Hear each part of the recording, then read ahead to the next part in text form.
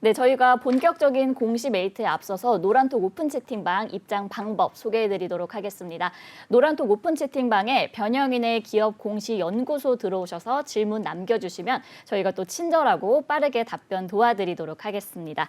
그럼 오늘 첫 번째 기업 소개하겠습니다. 오늘의 첫 번째 기업은 드림CIS입니다. 드림CIS는 2000년 설립돼서 2020년에 코스닥 시장에 상장했습니다. 주요 사업은 임상시험 수탁기관, 즉 CRO 사업을 진행하는데요. 임상시험 수탁기관 CRO는 신약 개발에 필요한 임상시험 등을 계약을 통해서 위탁 수행하는 전문 대행기관으로 제약사, 의료기기 개발사, 연구기관으로부터 임상시험을 받아서 연구를 수행하고 또 객관적인 시험 결과를 전달하는 역할을 수행합니다. 실적도 한번 살펴볼게요. 2021년 연결기준 매출액 261억 원, 영업이익 36억 원, 당기순이익 32억 원을 기록했는데요. 매출액은 전년 대비 11.3% 증가했고 영업이익은 24.6% 감소했으며 당기순이익도 33.5% 감소했습니다. 회사는 수주 확보를 위한 인력 확충에 따른 인건비 증가가 손익 감소의 원인이라고 밝혔습니다. 네, 이렇게 드림CIS 기업 정보 살펴봤고요. 대표님, 어떤 공시 볼까요? 네, 바로 어제였습니다. 회사 주요 사항 보고서를 통해서 타법인 주식 및 출자증권의 양수 결정을 발표했습니다. 타법인, 다른 회사의 주식을 사거나 양수하는 결정을 내린 겁니다. 내용 살펴보겠습니다. 타법인 주식 및 출자증권의 양수 결정, 발행회사, 인수 대상 회사는 메디티비입니다. 회사는 전체 발행 주식 수 24만 주, 자본금 1억 2천만 원에 해당하는 의료기기, 의약품, 컨설팅 사업을 영위합니다. 최근 내용 좀 보도록 하겠습니다. 양수 금액은요. 양수 주식 16만 8,600주, 그리고 양수 금액은 209,155만 6,200원에 양수를 하는데 전체 발행 주식 수 대비해서는 지금 24만 주니까 89%네요. 네. 지금 양수 소유 주식수 비율을 한 89%의 어떤 지분을 취득함으로써 최대 주주가 되는 것입니다. 전체 자기 자본의 41.3%에 해당되는 200억 9천만 원에 해당하는 금액을 인수하는 건데 하나의 내용 좀 더 보도록 하겠습니다. 양수의 목적은요. 사업 시너지를 통해서 기업 가치를 제고하기 위함이다 라고 좀 밝혔습니다. 양수 예정 일자는 3월 25일에 최종 양수를 하겠다. 거래 상대방은요. 유정희 외 3인으로부터 인수하는 것입니다. 대금 지급 방법입니다. 매매계약서는 바로 어제 날인이 좀 됐는데 대금 지급 시기는 3월 25일에 회사가 보유하고 있는 자금을 통해서 현금 지급할 예정입니다. 회사는 이 동양수 금액 200억 9천만 원, 200억 9천만 원에 해당하는 이 금액을 이촌회계법인에 회사의 어떤 양수 금액의 어떤 적정성을 좀 평가를 해야 되거든요. 네. 코스닥 상장법인의 경우에는 자기 자본의 일정 비율을 좀 초과하는 대규모 어떤 자산 양수에 해당이 좀 될 경우에 자본시장법에 의해서 이 회사 적정한 인수 평가를 해야 된다. 적정성 평가를 통해서 인수 금액을 산출하고 이에 따라서 적합한 인수 금액을 책정해서 인수를 좀 진행하는 건데 네. 아마 평가 금액인데 나와 있죠. 회사는 이 주식 가치의 범위 그리고 할인율, 영구 성장률에 따라서 171억에서 211억까지를 인수할 수 있는 금액, 적정한 금액으로 좀 평가를 했는데 지금 미니멈은 한 171억인데 지금 한 200억 원에 인수를 하는 거니까 통상 평가액보다는 뭐 11억 정도 좀 저렴하게 인수를 하는 것으로 좀 상당히 판단되는 상황입니다. 하단 내용을 좀 더 보도록 하겠습니다. 상기 양수 소유 주식수 지분 비율은 회사가 8월 18일 기존에 이미 취득한 4만 5천 주와 근본에 취득한 16만 8천 주를 모두 합한 21만 3,600주로 좀 기재를 했다. 이번에 신규 취득한 주식 이외에 이 회사는 4만 5천 주를 이미 가지고 있었다는 거죠. 자, 그 외에는 뭐 특별한 건 없습니다. 그런데 우리가 좀 판단해 볼 수 있는 요약적인 부분들이 좀 있죠. 어떤 회사, 인수 대상의 회사가 최근에 재무 상태가 어떤지 그렇죠. 요약표로 좀 나와 있는데 일단 2020년도 기준으로 좀 나와 있는 상태로 좀 보면 회사는 매출액 57억 그리고 당기순이익 8억 6,100만 원 정도에 해당하는 재무 실적을 좀 보유하고 있고요. 자산 57억, 부채 30억 원을 기록하고 있는 비교적 외형은 뭐 그렇게 크다라고 좀 볼 수 없는 회사로 좀 판단되는 상황입니다. 기타 사항에서는 뭐 크게 뭐 우리가 판단해 볼 수 있는 여지는 없는데 일단 재무제표가 최근 3개년도에 대비해서 39억 그리고 45억, 57억 원의 매출액이 점진적으로 좀 상승하는 흐름을 좀 보여주고 있고 네. 당기순이익도 점진적으로 소폭 상승하는 흐름을 좀 보여주고 있기 때문에 점진적으로 봤을 때는 상승 추세에 있는 회사의 인수를 통해서 사업 시너지, 즉 회사 기존 사업과의 어떤 사업 역량을 확장하는 것이 아닌가 해석이 되는 공시가 되겠습니다. 네, 이 드림 CIS가 메디팁의 주식 16만 8,600주를 인수한다는 공시 살펴봤습니다. 대표님, 그럼 이번 인수를 통해서 어떤 사업 간의 시너지가 나타날까요? 일단 이 회사가 좀 추진하고 있는 이 사업 자체가 지금 내용으로 보면 의료기기 그리고 의약품의 컨설팅이라고 좀 나와 있는데 네네. 지금 드림 CIS는 주력 사업이 CRO입니다. 네. 임상시험을 수탁, 즉 위탁받아서 연구개발을 대행하는 거죠. 그렇죠. 전체 임상을 모두 대행하는 것은 아니고요. 임상시험의 이 과정에서는 사실상 이 적용된 요소도 좀 상당하거든요. 이 회사 지금 정기보고서를 제가 한번 좀 보면 최근 분기보고서 좀 보도록 하겠습니다. 제가 항상 왜 정기보고서 꼭 보세요. 정기보고서를 보면 어떤 내용인지 명확하게 알 수 있습니다라고 항상 말씀을 좀 드렸던 이유가 네. 자, CRO입니다. 임상시험의 범위는 어떤 건지 우리가 좀 이해하기 힘든 이런 용어들 그리고 임상 단계 용어들을 어떻게 해석할 수 있는지를 좀 보여주는데 차근차근 좀 보도록 하겠습니다. 자, 신약 개발의 단계는 신약의 후보 물질 도출을 위한 탐색. 뭐냐면 새로운 약물을 창출하기 위해서 이 물질 도출을 위한 탐색. 어떤 약을 어떻게 할 것인가. 의학학적으로 개발 목표를 설정해서 개발 대상 물질을 선정한다. 어떤 치료제 개발을 하기 위해서 어떤 물질을 먼저 탐색을 하는 거죠. 자, 그 다음에 전 임상시험 도출된 그러면 제가 당뇨 치료제라는 거를 우리가 간다. 네. 당뇨 치료제를 개발하기 위해서 후보 물질을 딱 정했는데 이 물질이 유효성과 독성이 있는지 동물이나 세포를 통해서 실험하는 거예요. 사람한테 할 수는 없는 거죠. 그렇죠. 이 물질이 동물한테 유해한가, 독성이 있는가. 그래서 이상이 없으면 전임상 시험을 통과가 되는 거죠.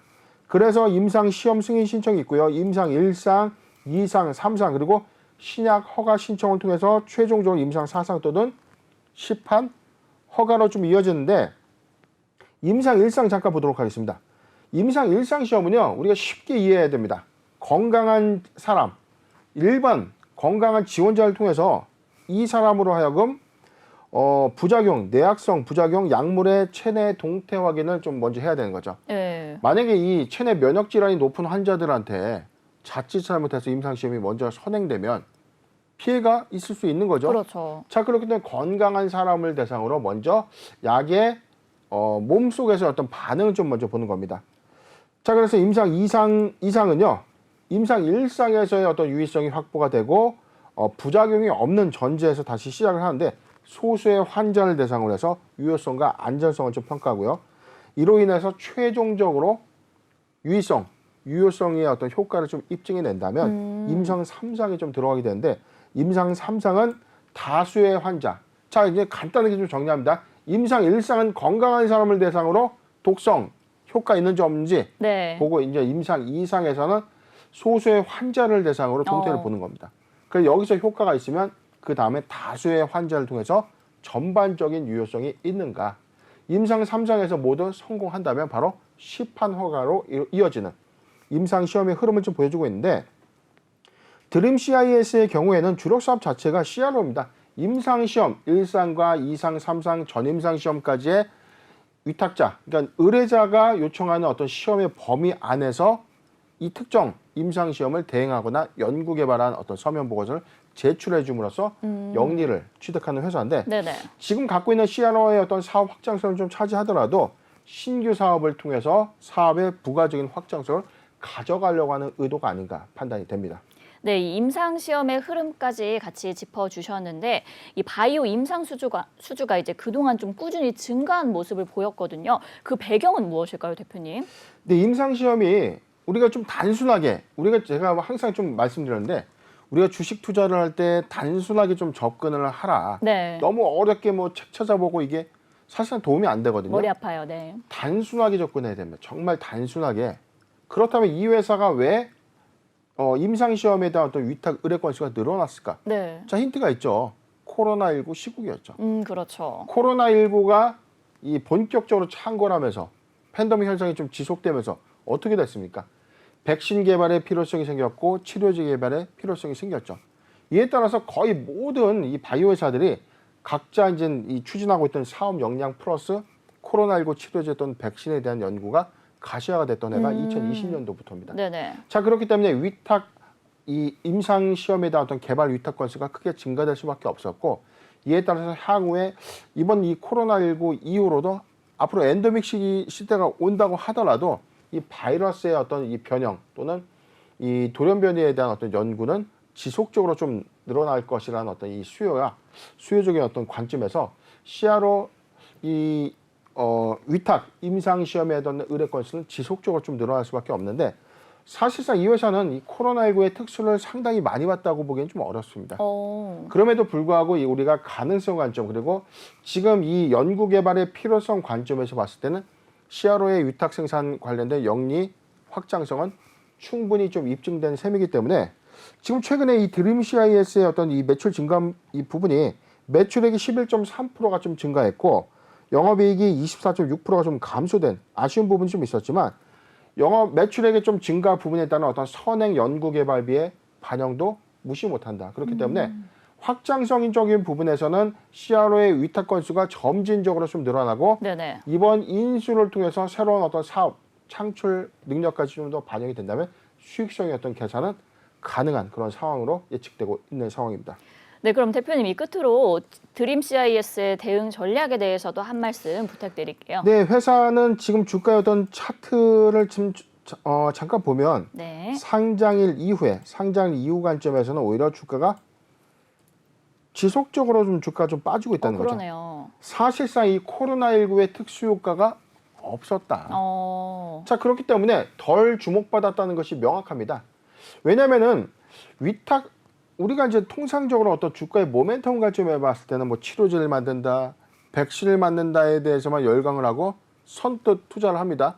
그런데 현재까지 확정된 시판은 아무것도 없었다는 거죠. 그렇죠. 자, 그렇기 때문에 선행되는 파생 사업에 대해서는 덜 주목받았지만 지금 바이오 메커니즘으로 우리가 좀 봤을 때는 드림 CIS CRO의 위탁 이 개발 의뢰 건수가 늘어나고 추후에 이런 중요성 관점에서 점진적인 실적 회복을 좀 가져간다면 충분히 주목받아야 되는 종목이 아닌가 판단해 봅니다.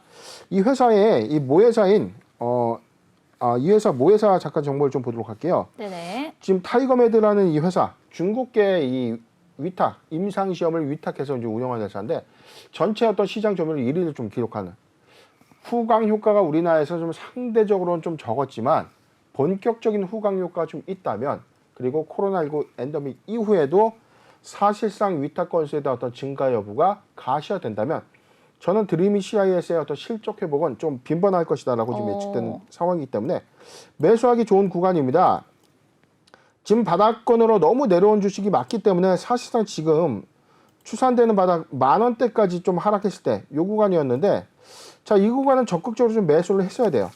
자, 그렇기 때문에 도래시기는 아니었지만 동구간에 매수를 하면은 이점에서는 좀 가장 매수하기 좋은 이 구간에서는 지금 10,000원, 10,000원에서 11,000원, 10,000원에서 11,000원 구간은 적극적으로 좀 매수해도 괜찮은 구간이 아닌가 판단해 보는데 포트 비중 10%의 분할 매수 의견을 좀 제시해 드리고요.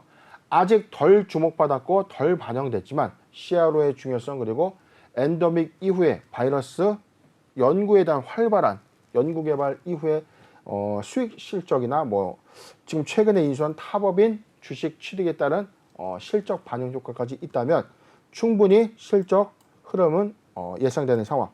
자, 그렇기 때문에 저는 10,000원에서 11,000원 포트 비중 10%의 분할 매수 의견 좀 제시해 드리고요.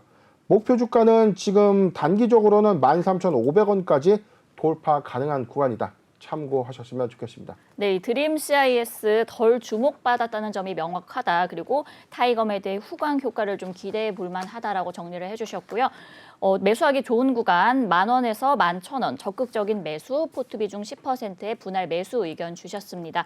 그리고 목표가는 단기로는 13,500원까지 기대해 볼 수 있다고 정리해 주셨습니다.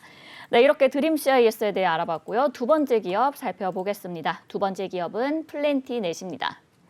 플랜티넷은 2000년 설립돼서 2005년에 코스닥 시장에 상장했습니다. 주요 사업은 인터넷 유해 콘텐츠 차단 서비스 사업을 진행하고 IT 기술을 활용한 신사업을 추진하고 있습니다. 플랜티엠, 플랜티넷 타이완, 알바트로스 인베스트먼트 등 5개 회사를 종속회사로 보유 중인데요. 자회사 플랜티엠은 매장 음악 서비스와 영상 서비스 사업 등을 진행하고 있습니다. 알바트로스 인베스트먼트는 벤처 캐피탈 사업을 추진하고 있습니다. 실적도 한번 확인해 볼게요.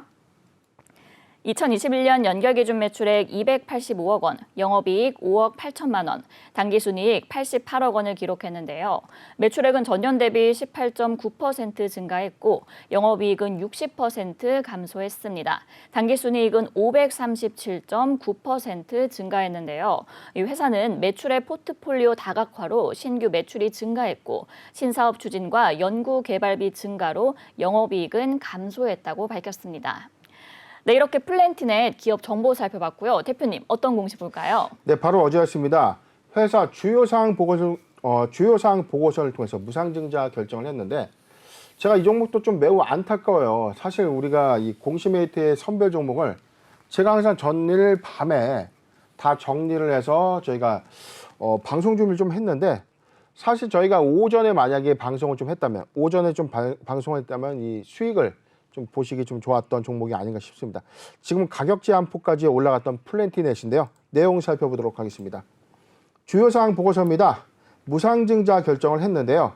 신주의 종류와 수 766만 2,320주의 신주를 무상으로 주주들에게 나눠주겠다라는 공시가 되겠습니다. 증자 전 발행 주식의 총수는 896만 주고요. 신주 배정 기준일 2022년도 3월 31일입니다. 우리가 통상적으로 많이 여쭤보는 거예요. 이 주식 3월 31일 날 사면 됩니까? 자, 안 된다는 거죠.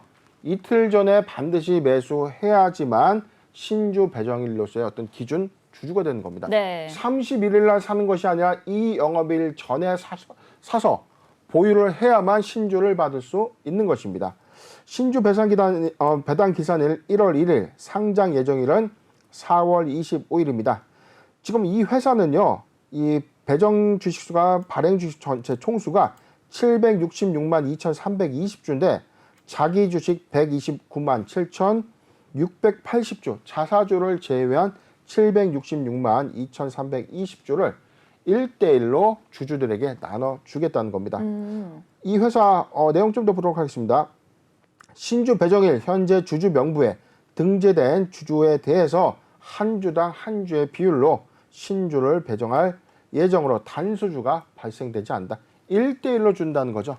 그래서 이 증자 후에 주식수가 좀 차이가 있는 것은 자기 주식은 무상증자의 어떤 주식수에 제외되는 어떤 상황이기 때문에 네네. 전체 증자 후 주식의 총수는 1,662만 2,320주가 좀 되는 겁니다. 그런데 무상증자 하면은 왜 투자자들한테 좋은 거냐? 왜 주주에게 좋은 겁니까? 이 무상증자라는 게 무상의 신주를 주주들에게 나눠주는 효과가 좀 있기 때문에 그렇죠. 일종의 보너스인 셈이다라고 인식되는 흐름. 그래서 주주 가치 환원 정책, 주주 재고 정책 중에 뭐 일환으로 좀 우리가 예상하는데 무상증자도 호불호가 있다고 했습니다.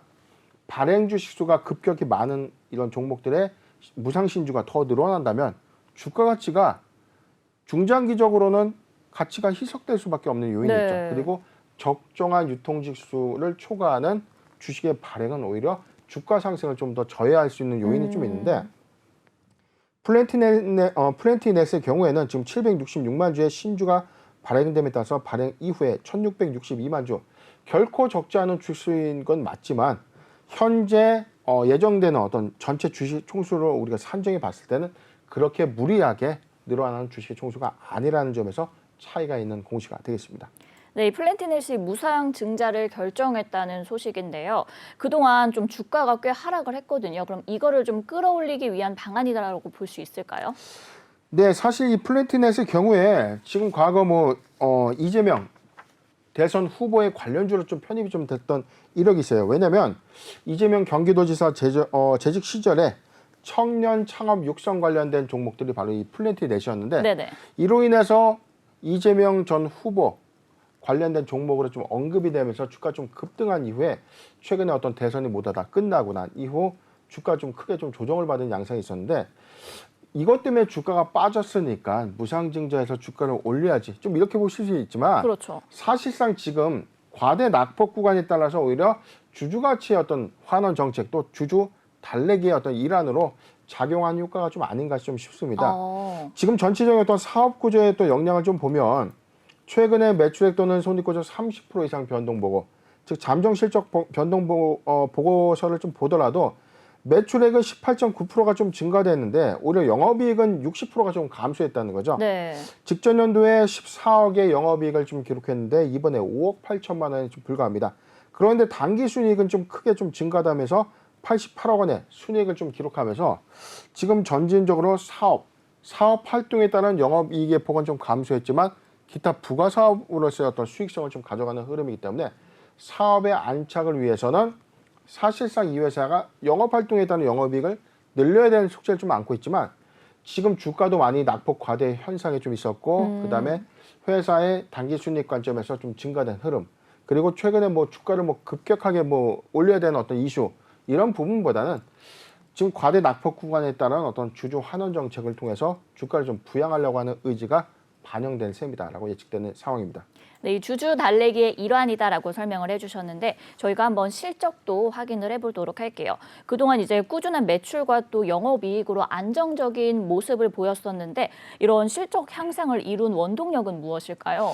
지금 회사는 매출 포트폴리오의 다각화로 인해서 신규 매출이 좀 증가했고 신사업 추진을 위한 투자, R&D 비용의 증가로 영업이익은 좀 감소했다. 그리고 자회사 운용펀드 성과에 따른 당기순이익이 좀 증가됐다. 점진적으로 보면 이 회사의 어떤 이 공시상의 내용으로만 보면 좀 어폐가 조금 있어요. 지금 매출 포트폴리오로 다각화된 어떤 신규 실적이 반영됐기 때문에 매출액의 상승 효과는 18.9%가 증가된 것은 맞지만 영업이익은 60%가 좀 감소됐다는 거죠. 수익성이 좋지 못했다는 것을 보여주는 대목인데 그런데 회사는 이게 사실상 비용의 과대 비용적인 부분보다 설비 투자와 연구개발비의 어떤 비용 효과가 반영된 것이다라고 좀 보여줬고 그런데 우리가 통상적으로 영업이익의 폭이 감소되면 당기순이익의 폭이 당연히 감소되는 것이 그렇죠. 맞는데 오히려 크게 좀 증가됐죠. 무려 537%나 네. 증가됐던 이 배경은 이 회사가 이 자회사로서 이 벤처 캐피탈을 하나 운영하고 있습니다. 네네. 그런데 이 회사에 이 운영펀드 성과가 크게 평가 이익이 나면서 이게 단기순이익, 영업의 수익으로 잡히는 거죠. 그렇게 되면 단기순이익이 좀 크게 증가된 것인데 자 그렇기 때문에는 어찌됐든 종속회사의 다른 역량으로서의 사업 역량을 좀 더 가져갔다라고 좀 봐도 괜찮은 좀 대목이기 때문에 플랜티넷의 경우에는 2022년도에 지금 영업이익의 개선 효과를 얼마만큼 가져가는 것이 좀 중요한 관건이 아닌가 싶어요.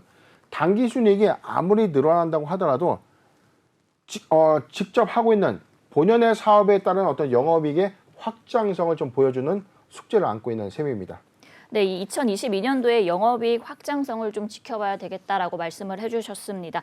이 플랜티넷이 기업 정보에도 저희가 간략하게 소개를 해드렸는데 IT 기술을 활용한 신사업을 추진 중이라고 했거든요.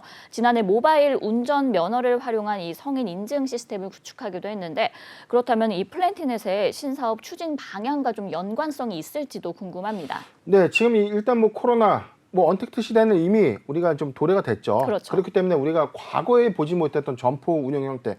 우리는 편의점 하면 무조건 24시간 사람이 상주한다라고만 생각을 했죠. 맞아요. 그리고 불이 꺼지지 않는 점포라고 했잖아요. 네. 그런데 코로나19 시국에는 영업 제한 조치도 있었지만 편의점의 상당수 야간에 영업을 안 하는 이 곳이 어마어마하게 좀 많았어요. 맞습니다. 그리고 최근에 많이 우리가 점포에서 좀 보면은 무인 카페도 생겼고요.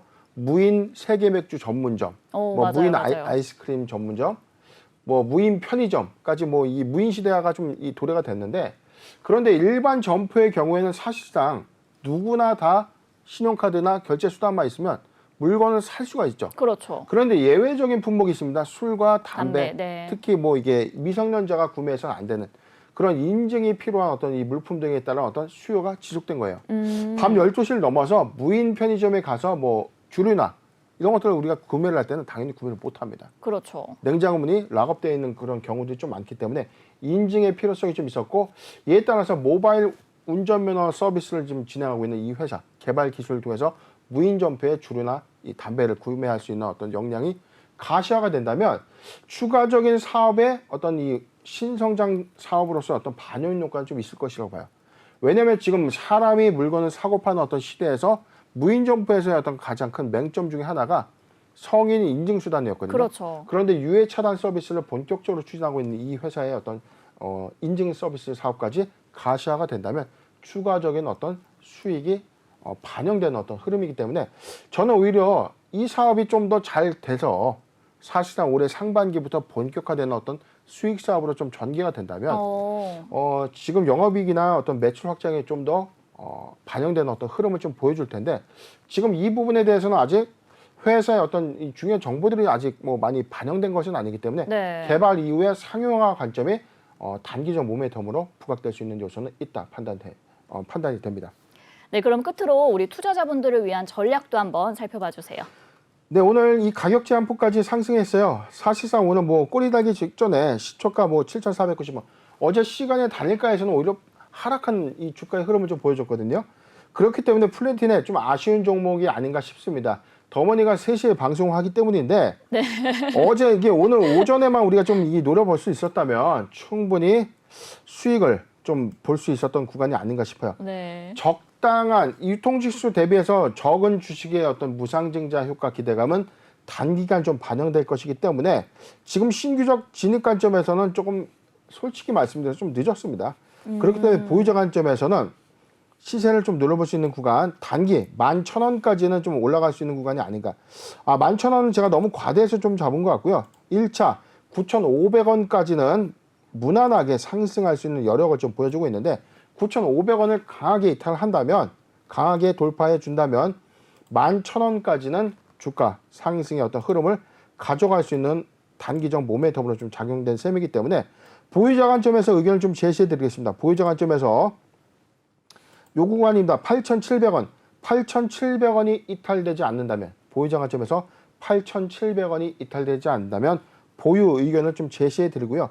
신규적 매수 관점에서 만약에 가능성, 기회를 좀 준다면 8,000원에서 8,500원, 8,000원에서 8,500원 구간 포트 비중 5%의 분할 매수 의견을 좀 제시해 드리겠습니다. 네, 1차 9,500원까지 상승 여력이 있다라고 말씀을 해주셨고 11,000원까지도 상승 흐름이 있을 것이다라고 예상을 해주셨습니다. 그리고 보유자 관점에서는 8,700원이 이탈되지 않는다면 계속 보유하시면 좋을 것 같고요. 그리고 신규 매수자 관점에서는 8,000원에서 8,500원, 포트 비중 5%의 분할 매수 의견 주셨습니다. 네, 이렇게 오늘 기업 살펴봤고요. 세 번째 기업 확인해 보겠습니다. 세 번째 기업은 맘스터치입니다. 맘스터치는 2004년 설립돼서 2016년 KTB 3호 스펙과의 합병을 통해서 코스닥 시장에 상장했습니다.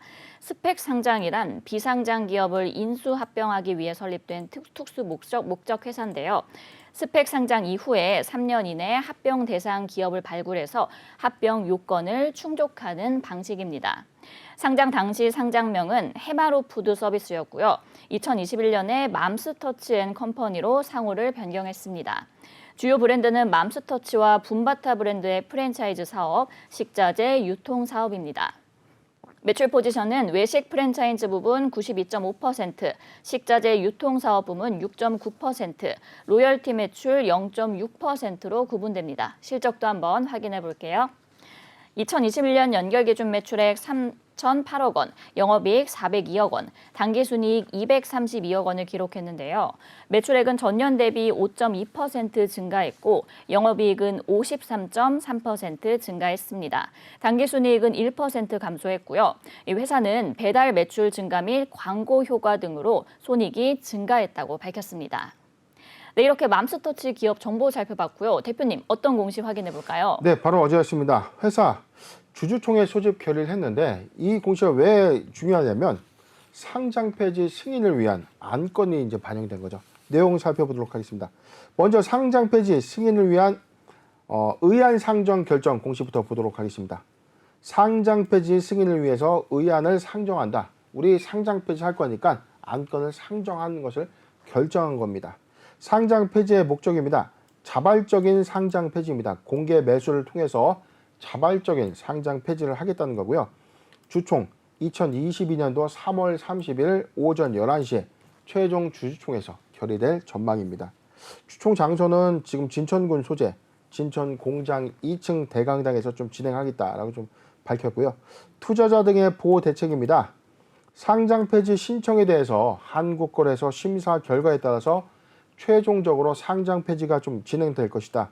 그 시점에 만약에 소액 주주가 남아있는 경우에 최대 주주는 상장 폐지가 이루어지는 시점 그리고 정리 매매 기간, 상장 폐지 이후에 일정 기간 동안 매도하고자 하는 경우에 소액 주주에게 기존에 공시된 것처럼 1월 20자 공개 매수 신고서에 기재된 것처럼 주당 6,200원의 주식을 매수할 계획을 갖고 있다. 향후 일정입니다. 2022년 3월 20일 임시 주총회 개최를 통해서 한국거래소 상장 폐지 신청까지 좀 진행을 하겠다는 거고요. 지금 현재 최대 주주의 전체 지분율은 97.9%, 소액 주주가 한 2.06%를 지금 보유하고 있는 상황입니다. 기타 투자 판단에 참고할 사항입니다. 상기 주식 분포 현황은 공개 매수 취득 수량을 포함하고 있고 주식 분포 현황의 대주주 등은 3월 15일 기준 특수관계인 그리고 자기 주식을 포함한 보유 주식 수를 의미한다라고 밝히는 공시가 되겠습니다. 두 번째 공시도 보도록 할게요. 회사 3월 15일 주총 소집 결의를 했는데 내용 보도록 하겠습니다. 3월 30일 오전 11시에 총회를 하고요. 1호 의안 정관 변경의 건, 2호 의안 맘스터치앤컴퍼니 주식 액면 병합의 결정, 그리고 세 번째 맘스터치앤컴퍼니의 상장 폐지 의견, 정관 변경 그리고 주식 액면 병합 그리고 상장 폐지를 의견하겠다는 겁니다. 내용 하나 더 보도록 하겠습니다. 3월 15일입니다. 바로 어제였죠. 주식의 병합까지 좀 결정을 했는데 네네. 내용 보도록 하겠습니다. 이 회사가 현재 발행한 주식의 전체 총수는 1억 181만 7,531주인데 지금 9대1 비율로 병합을 하겠다. 병합 전 이 액면가 100원을 900원으로 좀 병합을 하겠다는 겁니다. 그래서 전체 주식수가 1,131만 3,059주로 병합을 하겠다는 겁니다. 3월 30날 주총에서 최종 확정될 예정인데 신주의 효력 발생일은 4월 14일이고 매매 거래 정지 예정 기간 4월 12일부터 5월 1일인데 3월 30날 이미 자발적 상장 폐지가 의결돼서 이후에 상장 폐지가 확정된다면 사실상 이게 뭐 주권 매매 거래 정지 예정 기간은 의미가 없는 셈이 되겠죠. 기타 투자 판단 참고 사항입니다. 기업 가치가 유지되는 주식 병합으로 자본금액 감소되는 감자에 해당되지 않는다. 그리고 주식 병합으로 발생되는 한 주 미만의 단수주는 종가 기준으로 현금 지급될 예정이다. 주식 병합 일정은 임총 일정 이외에 주총 결과에 따라서 변경될 수 있다. 만약에 매매 거래 정지 예정 기간, 상장 폐지 절차에 따라서 매매 거래 정지 예정 기간을 포함하고 있다라고 밝히는 공시가 되겠습니다. 좀 많이 복잡합니다. 네. 그러게요. 네, 저희가 지난 1월 21일에 방송에서도 맘스터치를 다뤘었는데 이 상장 폐지 승인을 위한 의안 상정 결정 공시가 나왔습니다. 간단히 이 맘스터치가 지금 어떤 상황인지 짚어주실 수 있을까요? 예, 지난 1월에 이미 이 회사는 공개 매수 신고서를 통해서 상장 폐지, 자발적 상장 폐지를 의결했어요. 주당 6,200원의 이 보유자들에게 주식을 파세요. 전체 지분을 모두 사들인 이후에 비상장 회사로 남겠다라고 좀 결정을 좀 한 건데 이에 따라서 전체적인 어떤 지분 97%까지 지분을 좀 확보했기 때문에 자발적 상장 폐지 요건 95%를 초과한 요건은 이제 충족된 셈인데 그렇죠. 아까 우리가 좀 봤을 때 2.06%의 소액 주주 지분이 좀 남아 있는 상태죠. 그럼에도 불구하고 이 지분을 아직까지 공개 매수에 응하고 있지 않은 사유가 좀 있습니다. 지금 현재 주가가 맘스터치 지금 오늘 3.09% 상승한 7,000원이었는데 네네. 사실상 지금 7,000원에서 최종 상장 폐지가 의결이 된다면 주당 800원의 손실이 예상될 수밖에 없죠. 그렇죠. 그렇기 때문에 이 의도가 조금 궁금해지는 전 상황인데 어찌됐든 지금 맘스터치의 입장에서는 자발적 상장 폐지를 통해서 비상장 회사로서 어떤 사업 역량을 좀 가져가고자 하는 의도가 반영된 셈입니다. 최근에 이 가맹점과 이 본사와의 어떤 이 기업 공개에 따른 어떤 분쟁 혐의가 좀 있었어요. 그렇죠. 갈등이 회사의 있었어요. 어떤 영업 활동에 관해서 모든 게 오픈되다 보니까 가맹점주에서는 회사가 가맹 본사가 막대한 이익을 가져가는 것이 아닌가라는 어떤 이문 제기도 좀 있었고, 이에 따라서 이런 논란을 잠재우고자, 그리고 조용한 환경에서 외부의 간섭을 좀 받지 않고 사업을 하고자 하는 어떤 경영진의 의지가 반영된 셈이다라고 판단해 봅니다. 네, 이 주총에서 자진 상장 폐지 안건이 통과되면은 그 이후에는 혹시 어떤 절차로 이루어지는지도 궁금합니다. 네, 지금 이 자발적 상장 폐지에서 여기 밝혔는데, 상장 폐지 승인 결정에 대해서 뭐 일단 3월 30날 임총이죠. 아까 제가 정기 주총이라고 좀 착각을 했는데 이 회사는 6월 말 결산 법인이기 때문에 네네. 3월 말이 정기 주주총회가 아니라 임시 주총이 되겠습니다. 자, 이 회계 결산 기수가 좀 이 차이가 좀 있었던 점 양해 좀 부탁드리고, 네. 지금 3월 30날 임시 주주총회에서 일단 이 맘스터치는 주주총회를 하죠. 그래서 세 가지 안건, 정관 변경, 그리고 액면 병합의 승인, 그리고 자발적 상장 폐지의 승인인데, 일단 이 회사의 이 대주주가 97%의 지분을 모두 보유하고 있기 때문에 특별 결의 요건이죠. 66.67% 이상을 획득한 지분이기 때문에 모든 안건의 통과가 가능한 셈입니다.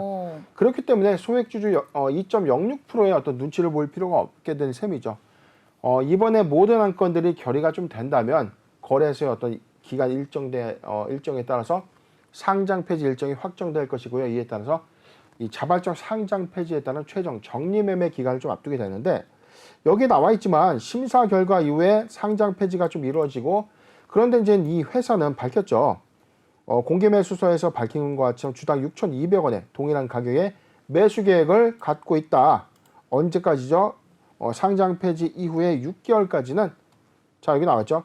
정리매매 기간 상장 폐지 이후 일정 기간 6개월 기간 동안에는 매도하고자 한다면 매수해 주겠다라고 좀 밝힌 만큼, 이러한 일정 이후에 매도가 된다면 6,200원은 보전을 받는 셈이 되겠습니다.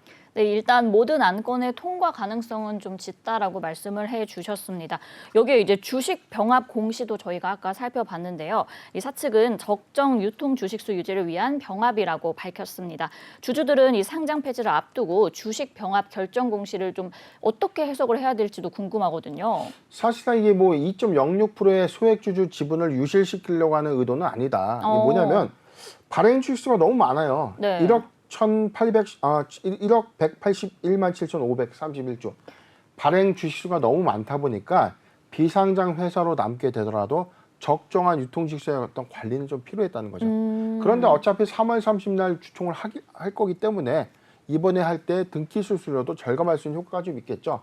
이거는 사실상 이 대주주의 어떤 필요 시점에 따라서 좀 결정된 것이다라고 좀 보여지는 거고, 적정 유통직수의 유지 효과는 뭐 소액 투자자들의 어떤 배려는 아니라는 점을 잘 참고하셨으면 좋겠습니다. 그런데 병합 주식수를 조금 더 많이 병합을 할 수도 있는데 왜 이 액면 금액을 900원으로 했는지에 대한 의문은 저도 좀 갖고 있지만, 아마 적정한 주식수를 한 1,131만 3,059조로 좀 판단했던 것으로 좀 보여지고, 비상장 회사 이후에서도 효율적인 어떤 주식 사물을 위해서 주식수는 좀 더 줄어들면 들수록 오히려 유리한 시점이기 때문에 이런 이해관계자 그리고 이 대주주의 의중이 반영된 셈이다 판단해 봅니다. 대표님, 그럼 만약에 이 주주분들이 끝까지 매도를 하지 않는다면 유상 소각될 가능성도 있을까요? 예, 과거에 사실상 뭐 케이스가 뭐 없진 않았습니다. 네. 예전에 쌍용 양회의 경우에 그렇죠. 뭐 15,000원 있다가 한 9만 원대까지 주식이 급등했어요. 인위적인 어떤 주가의 급등 효과가 좀 있었는데, 이후에도 대주주가 결국에 매수해주지 않고 유상으로 그냥 소각을 하다 보니까 잠정적인 소액 투자자들의 어떤 지분 총액 이 시총 손실률이 한 32억 원에 가까웠습니다. 이게 사실상 지금 뭐 소위 말하는 알박기라고 좀 볼 수 있다는 건데 네. 지금 6,200원 미만에서 주식을 취득한 사람은 끝까지 버티다가 6,200원에 좀 받아도 되는 상황인데 오늘 종가 기준 지금 7,000원이라고 봤을 때 만약에 7,500원에 주식을 산 사람이 결국에 시간이 지남으로써 내가 7,500원에 주식을 보전받을 수 있다라고 판단하기는 너무 리스크하죠. 그렇죠. 그렇기 때문에 지금 이 추정되는 부분은 6,200원 미만에 자 계획 발표 이전이 6,100원대로 좀 보여지고 요 구간이죠. 5,000원에서 6,000원대 지분을 보유하고 있던 자가 끝까지 남는다면 나는 비상장 회사의 투자자로 끝까지 남아서 배당을 받을 거야라고 판단한다면 이후에 이 대주주의 관점에서 어떻게 이 지분을 유실화시킬 것인가라는 부분은 상장 폐지 이후에 좀 결정은 좀 되겠지만 일단은 상장 폐지 이후에 6개월간 6,200원의 주당 이 매수 금액을 좀 보전받을 수 있다는 어떤 이점 때문에 최대한 버티기로 좀 돌입될 수 있는 확률이 크다는 거죠. 상대적으로 우리 앵커님 주가 지금 7,000원에 주식 살 수 있을까요? 상장 폐지를 앞두고 있는 이 회사를 지금 7,000원에 매수해서 알박기를 한다? 자, 지금 보유자 관점에서 저는 6,200원 미만의 금원액에서 지분을 좀 취득한 자가 좀 최대한 눈치 보기 작전을 좀 가다가 향후에 그래도 조금 더 보상받고 판매할 수 있다라고 어떤 개별적인 판단 요소가 좀 가미된 셈이 아닌가 생각해 봅니다. 네, 일단 상장 폐지 이후 상황을 지켜봐야 될 것 같습니다. 이 사측이 공개 매수가 이상으로 취득 계획이 없다고 밝혔음에도 불구하고 이제 대표님 말씀하신 것처럼 알박기 투자가 또 계속해서 진행이 되고 있는데 좀 우리 투자자분들에게 우려의 한 말씀 부탁드려도 될까요? 네, 신규종 매수 관점에서는 이미 도래된 기간에서 추가적인 상승을 바란다는 것은 너무나 인위적인 어떤 형태, 즉 투기에 가깝다는 겁니다. 상장 폐지에 따른 리스크를 수반하고 있다. 지금 뭐냐면 내가 샀던 금액 대비 사실상 지금 맘스터치의 어떤 대주주 입장에서는 상장 폐지 이후에 6,200원이라는 공개 매수를 유지해주겠다는 어떤 기조는 있지만 네네. 이런 것이 사실상 의무는 아니라는 거죠. 이미 공개 매수 이후에 자발적 상장 폐지가 있었던 만큼 주당 6,200원의 손실은 있을 수 있다는 거예요. 그렇죠. 지금 7,000원에 지속적으로 좀 버티다가 만약에 매각하지 못한다면 6,200원에 팔 수밖에 없는 주당 800원의 손실을 좀 볼 수밖에 없는데 그런데 나는 손실을 보고 파느니 그냥 차라리 비상장 회사의 주주로 남겠다라고 해서 끝까지 남을 수 있는 요건은 아니라는 거죠. 유상소각 관점에서의 이 회사, 비상장 회사의 어떤 내규 방침에 따라서 주식의 소각 상태도 좀 예상됩니다. 쌍용 양해가 2020년도에 이미 이 사례로 좀 보여준 케이스가 있었어요. 15,500원짜리 주식이 86,000원까지 급등한 이후에 네네. 끝까지 버텼던 분들이 16,050원에 주당 손실을 봤죠. 그래서 9,300원에 강제로 이 매수가 된 거예요. 자, 공개 매수가 대비 너무 갭이 크기 때문에 주당 손실액은 거의 뭐 40%에서 뭐 많게는 60%까지 해당되는 손실이 있기 때문에 비상장 회사로서의 어떤 이 주가 가치를 기대하기보다는 지금은 신규종 매수 관점은 아니라는 점입니다. 보유자 관점에서 6,200원 미만의 매수를 하셨다면 저는 사실 한번 버티기도 괜찮다고 봐요. 6,200원에 매수를 했다면 6,200원 미만의 매수를 했다면 끝까지 버티더라도 6,200원이라는 주가가 보장되는 셈이기 때문에 케이스 바이 케이스는 좀 다르다. 고가에선 매수하는 것은 금물 미만에 매수했다면 최대한 버티다가 이후에 조금 더 받고 팔게 된다면 뭐 이득이 되겠죠. 그렇죠. 그렇지만 6,200원이라는 보장 요소가 있다는 점, 이 점이 뭐 맞지 않겠는가 판단해 봅니다. 네. 네, 이 맘스터치 신규 매수는 투기에 가까우니 꼭 주의해달라고 말씀해 주셨습니다. 네, 오늘 이렇게 드림 CIS 그리고 플랜티넷, 맘스터치에 대해 기업 정보와 또 공시 알아봤는데요. 대표님께서 말씀하신 투자 포인트들이 우리 투자자 여러분들의 투자에 많은 도움이 되었으면 좋겠습니다. 더 궁금하신 사항은 노란톡 오픈 채팅방 변형인의 기업 공시 연구소 들어오셔서 질문 남겨주시면 저희가 또 빠르고 친절하게 답변 도와드리도록 하겠습니다.